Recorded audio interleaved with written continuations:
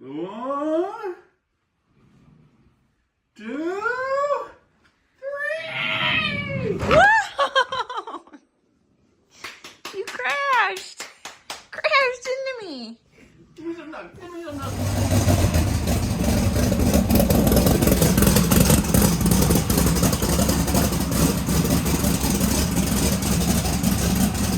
Hey guys, MVP and I are, we just edited another video for you guys. I screwed up, and yesterday's video, maybe 2 days ago's video, Sunday's video, got posted at 5 a.m. instead of 5 p.m. So if you didn't check that one out, that includes the short block, finishing up the short block, degreeing the camshaft, all that stuff. It's a pretty good, I don't want to say a pretty good video, but there's a lot of good information in there. So guys, if you didn't check out that video yet, most of you didn't. It has very little views because, yeah, I screwed up and posted it at 5 o'clock in the morning on a Sunday morning. And, yeah, viewership is pretty low at that point. But, guys, we appreciate all of you liking, subscribing to the journey. We look forward to racing with y'all and seeing you guys throughout the country here in 2024. That might start off with headed down to Florida. We are helping out Jeremy on his project a little bit. Him and his son and a couple buddies are, of course, taking the lead on that deal as we do some modifications and some little things to Straight Gangster, our little no prep car, home-built hot rod, a little Straight Gangster. It's a pretty cool car. But this motor is coming together, and it runs and drives, spoiler alert. But we are probably going to be converting that to a 4-link middle of this week. But we are up in New York here for a couple days. I got a speeding ticket that was like 5 miles an hour over, so I got to go to court on Wednesday. And then, yeah, we'll be back at it. Smiley's going to Splash Lagoon, indoor water park with Mom. And, yeah, we're going to try to get the 4-link together and see how far we can get along on Jeremy's project, hoping to make it to Sick Week. Guys, we appreciate all of you that like and subscribe to the channel. If you didn't check out Sunday's video, go out and check it out now. Appreciate it, guys. See you soon. All right, guys, we're working on putting the oil restrictors in the back of the block. You can kind of see in there, it is threaded in there. So it's not going to take a normal style restrictor. So we're going to go through here, and this is just a regular union fitting. We're going to put the pipe plug in there, and we're going to go drill it out to 1/8 inch. And then we got a numbered drill bit, nitro struts, all the rest of that stuff. That is all just numbered drill bits. So this is a 60 thousandths drill bit. So we're going to drill that one out, not all the way through with the 1/8 inch bit. Then we're going to go through, boom, finish it off with a 60 thousandths restrictor, and that should be good for the oiling for the back of the block. Well, guys, just imagine me pulling that handle down and drilling that out with this chucked up in here like that. Boom. And then walking over here. I don't want y'all getting mad at me. So there it is. First step. We went down about an 1/8 inch. Not 100% sure the thickness on this deal, but it doesn't really matter. And then we're going to walk it over here, shove it in the vise. Got to use the knee, because I got to hold the phone. Finishing it up with the hand drill because, you know, a mill chuck, you got to use the adapter for to squeeze onto something 60 thousandths. But there you go. Now we're going to pull this out, brake clean it up real good, shove it in the block, and then make a second one. I'm probably going to go in there also with a 1/8 inch drill bit and just countersunk the backside of that, make sure there's no burrs on it. All right, some of y'all might ask, why didn't I drill it all the way through with the 60 thousandths bit? You have deflection in the bit, so then your hole's going to be oversized. And then also, when you countersink it like that, the tip of a drill bit, right? I don't know if you can see it. It's pointed, right? So it automatically centers it in there. So when we go to drill with the smaller drill bit, you have less likely of a chance of the drill bit breaking, since it's already found its center point. It's not going to be trying to wobble drilling through steel. Now, if it was a brass plug, it would be a whole lot easier to drill through. But, you know, it is what it is. Get it through. We're going to go through here.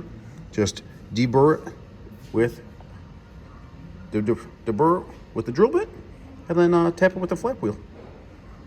Well, guys, it's about 9:30 in the morning. There's like 26 degrees overnight, so that was freaking cold. So I'm headed up to the trailer. Probably gonna hook up a Harbor Freight moving blanket to the backside lift. Put my little space heater in there. I'd love to buy those little $100 diesel heaters, one for the trailer and one for the truck. But you know, you just can't. You can't spend $100 on. You can't buy every $100 item you want or every $50 item you want. Like, you just can't afford to do that. So we gonna go hook up the generator, and we're going to try to get a little heat underneath the car. I think we're gonna pull the oil pan, check a couple rods and bearings. Yes, I'm in the process of doing the build series. That motor probably would have been together if I would have had my spare heads. Not my spare heads, the heads that went through the fire in the Dirty 30. It's the valve train geometry is all the same. They're just a little bit soft. They need to get sent out to like cryogenic treating or something like that, where they deep freeze them, and it brings the aluminum back to its strength. We haven't dropped out no valve seats or anything like that, so that's good. But we were pulling rocker studs out of the exhaust side, so they got to get treated because their heads are compromised right now. But if I would have had those, I would have been able to figure out or verify valve train geometry with it on the engine stand, because I don't want to be doing that stuff in the car. So we're rolling up here. Just got to Kenny's place, and we're gonna start up this generator and hopefully get this trailer up to, like, I don't know, 45 degrees or something like that. A little bit warmer than what it is outside right now. Well, guys, I'm gonna start warming this up here. It's not perfect. It'd be nice if I could go into the top side, but the blanket wasn't long enough, so it is what it is. But got a little space heater there until I come up with the money with a diesel heater. We're gonna just warm up this area just a little bit underneath the car. We'll let that run for 20 minutes, and I'll go start working on a video for you guys. I also need to run and get a drain pan for the oil, so we could drop all the oil out of this sucker and see, just give it a good health check. And that might help us make a decision if we're going to make the trip to Digger Night or not. Well, guys, it worked. We shall have some heat under here shortly. I got the propane tank on the other side of our little wall here, and we're going to pull a couple bearings out of Straight Gangster here and just check things over a little bit. It is like, I don't know, it's not overly cold out right now. It's probably like 40 degrees out, but inside the trailer is still pretty chilly. So run this for a couple minutes, and then that'll get the chill out of here so we can start pulling the pan. Well, guys, the oil is still thick as molasses. Last time we ran this car was September-ish. So, yeah, the weather was a little bit warmer than, you know, like, it was like 26 degrees last night. So I'm gonna use my old paper trick here, and I don't know if I could do this with one hand. We'll probably double up the paper, make it a little bit easier doing this with one hand here. But you go like this, we get an oil sample here. It works a whole lot better if the oil's warm, but we'll go through and we're gonna let this work around through there. You can see as of right now, that stuff, although it's not black looking, there's very little metallic in it. Now, we haven't ran the car, so it's hard to have that stuff suspended without the car running, but I'm gonna let this stuff roll out. We'll see if there's any metal shavings or anything in there, but we are going to pull the pan anyways and just double check the bearing clearances. So, guys, this is the third cap I've pulled. You can see the rod journal is in beautiful shape. I think the motor's happy. Nothing looks bad. All the side clearances look good. The 3 rods that I pulled are all looking good. We got a good car. I don't know what to do. I really don't. We got a good car, but I'm also a firm believer in the program that I got going together, that I should have together in the next couple weeks.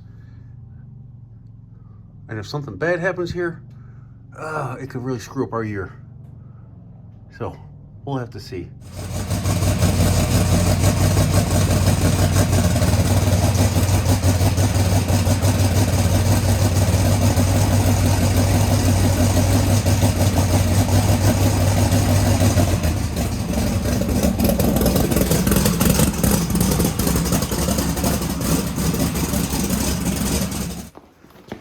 Well, guys, to finish up this video, well, I was out of town, out to Digger Die. They got a little bit of work on Jeremy's 33 here that they're trying to get ready for Sick Week.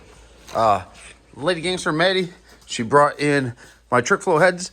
I'd like to get these like cryo treated or something like that, because these heads cost us a lot of money in the Homegrown Hustler. after we lost the Dirty 30 in the fire, I just didn't have money for a new set of heads. So we ran these heads for a while, and it was pulling out the studs of the exhaust rockers. Like, prime example, it happened to quite a few of them. It started ripping out the seats. So this is that's a Healy coil in there. We probably need to put time certs or something like that in there, but send these out. But long story short, if I would have had these, if I would have remembered them, we probably would have had the new motor together for, probably wouldn't have attended dig or die, but I would have had these to put the new motor together. So Maddie brought those in. I want to get that together. And now, and it's freaking ugly out here. I can't say it's Western New York, lake effect snow, but here in Ohio, it's snowing pretty good. So I need to run up to the trailer and get the water out of the car. It's about 35 degrees out, so it's not super cold, but it's gonna get cold the next couple days, and I have a few doctor's appointments. Well, guys, eventually I gotta get some good 12-volt lighting in here. The 12-volt lighting in here is just a little normal. Freaking those little lights right there, they don't really do much. So huge shout out to Haynes Racing, Scott and Kanita. Guys, we appreciate the Milwaukee light here. I gotta go through here, pull the belly pins off this thing, and drain all the water out of this thing. It's about 35 degrees right now, but yeah, it's gonna get cold the next couple of days here. It's a winter wonderland outside, but I got the trash can heater in here. Current situation, getting the water out of this thing, turn it into a 5-gallon bucket. We'll get the other side out, and on the big block Chevys, they are just Allen plugs in there, and it's making a little bit of a mess, but thankfully I got my heated vest on, and we're getting it done.